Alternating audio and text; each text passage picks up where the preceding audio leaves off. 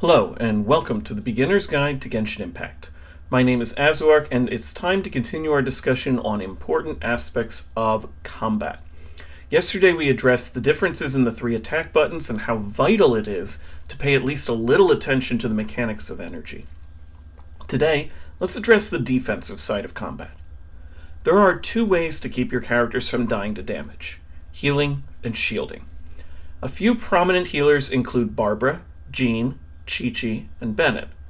Characters who shield include Kirara, Layla, Zhongli, and Toma. Noelle, Baizhu, and Diona can do both. Healing is the traditional route, of course, but it comes with a few drawbacks. The first is that it's reactive rather than proactive. Healing forces you to stop whatever you are doing to heal, assuming you can. It's also only effective if you can sustain the damage in the first place, and while enemies will not usually one-shot a teammate who is properly leveled and geared, there are times when you'll have characters in your party who aren't. However, the most important aspect to consider is being staggered. A character standing still who gets hit is going to at least flinch, if not get completely knocked down. Many attacks have a small measure of resistance interruption, but the last thing you want when you've used all three of your support's cooldowns is for your carry to get knocked flat on their tush, wasting precious uptime. For much of Genshin's lifespan, the balance tilted unequivocally in favor of shields, which suffer none of these problems. Shields function like temporary health that is taken by the shield before your character is affected. They even protect a disproportionately large amount of damage if their element matches the attack. Shielding is simply better, and it was only when the game added enemies that damage through shields and characters who benefit from health total changes that we had any incentive to look at healers instead. However, I do want to bring up two important shortcomings of shields. As someone who used Diona extensively for the first 2 years of the game, I can tell you that her shield often failed me at the most inconvenient times, not because Diona's shield is bad, but because you have absolutely no idea what its status is. It's true that enough damage can break the shield, but if you have a character who is there to provide a shield, they're probably geared to provide a good shield, and Diona is no exception. Seldom did the shield break from taking too much damage. No, the issue with shields is their duration. When you're missing health and you use a heal, you get the healing. When you have a shield and you're expecting it to protect you from an attack that you decide to face tank, it can wear off just as the hit lands. I can't tell you how often this happened to me. Zhongli is the god of shields, and his does last a bit longer, but it can lull you into a false sense of security. And for everyone else, those 12 seconds seem to go by awfully quickly. Of course, while we're talking about shields, I'd be remiss to not also talk about enemy shields. Sometimes when fighting an enemy, you'll see a shield alongside their health, colored to indicate its element. Cryo and Geo Slimes, as well as Abyss Mages, have shields. While any attack can eventually break a shield, it will take an eternity if you're not using an element that directly counters it. Cryo is weak to Pyro, Hydro is weak to Cryo, Pyro is weak to Hydro. It's like rock, paper, scissors. The other elements are a bit more neutral, with everything working fairly evenly against Electro and Dendro shields. And the ideal way to break a Geo shield is with heavy attacks, which ironically can simply mean more Geo. However, the important thing to note here is that it is not the damage dealt that matters. With enemy shields, they do not have health in the traditional sense. What matters is simply applying elements to wear them down.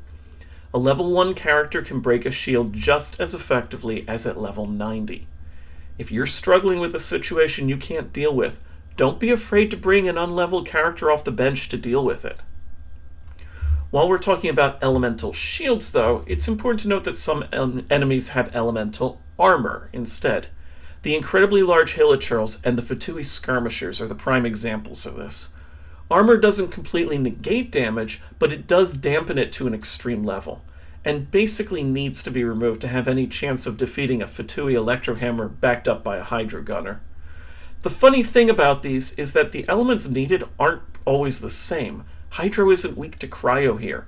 Instead, Electro is weak to Cryo. Hydro, in turn, is best to counter with Electro. With the Fatui, the difference between using the right element and anything else is extremely pronounced. So fighting these guys can be extremely frustrating when you don't have that element in your party. When I first started, Electro Hammers and Hydro Abyss Mages were the bane of my existence because I wasn't using Cryo. That was one of the reasons I started using Diona. Let's return to our own defenses, though. I said earlier the two ways to protect your character were healing and shielding, but of course that's not precisely true. The best way to handle damage is to simply never take any. So at long last we should talk about dodging. Your dash begins with some invincibility frames, or iframes for short. This means during the initial portion of the attack, you will be invulnerable. Unlike a game where you might perpetually dodge roll until you see an opening, in Genshin this does come with two limitations. First, dodging costs stamina. Second, you can only dodge twice in a short time window before it will make you wait. You can get around the latter by switching characters, which players sometimes do when exploring in order to run faster, but in combat, this means you want to be a little smarter about when you avoid attacks. Most enemies wind up their attacks telegraphing them for sometimes an infuriatingly long period of time, but with proper timing, you can avoid basically anything in the game. If you don't believe me, check out Wallenstein's channel sometime, where he's affectionately known as the 1 HP Beto guy.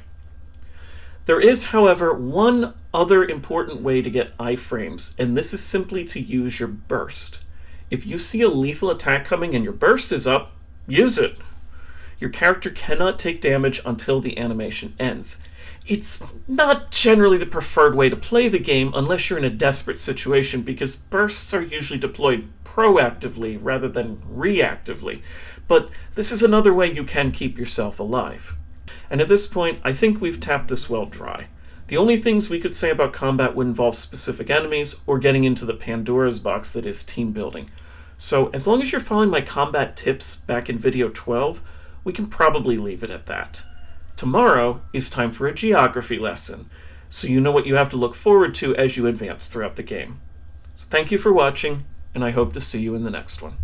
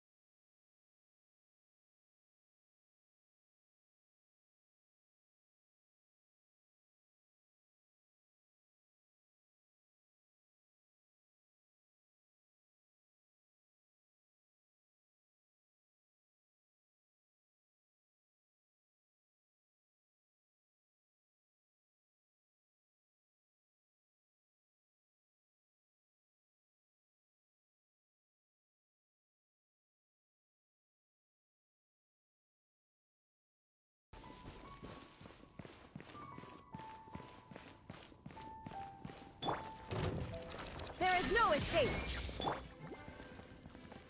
Rain Cutter! No, my sword! Yes!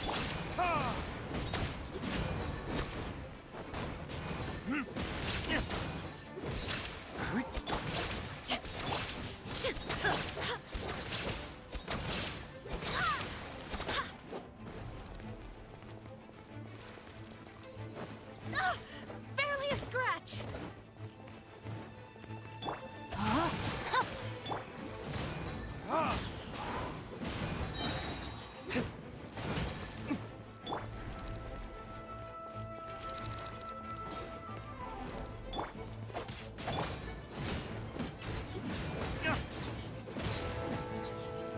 Illusion shattered!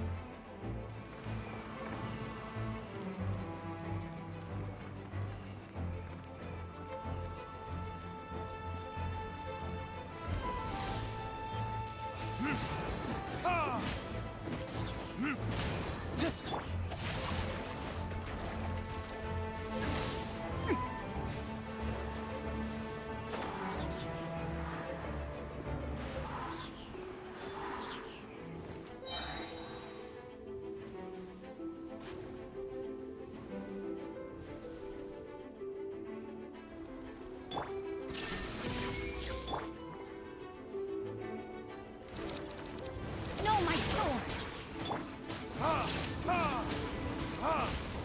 You will pay for that.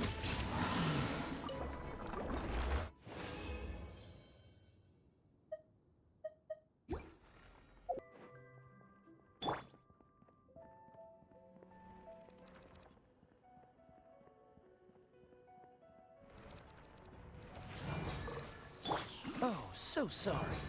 Freeze! I'm not done.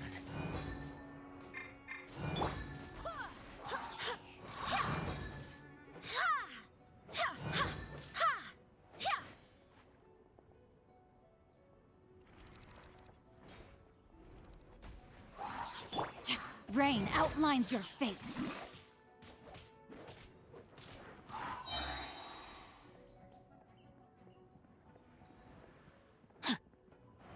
Let me weave you a verse.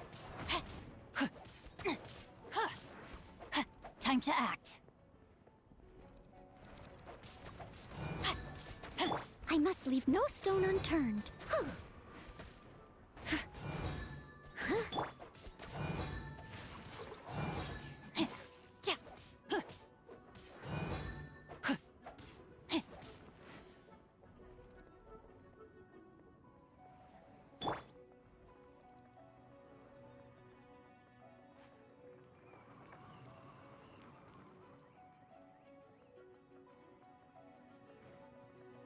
Someone needs assistance. I'll catch up. Steady as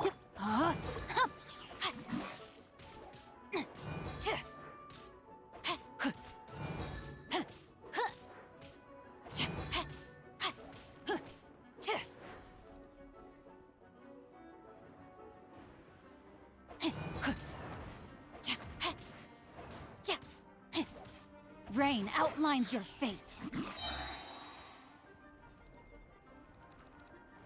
Witness the power of Gugwa!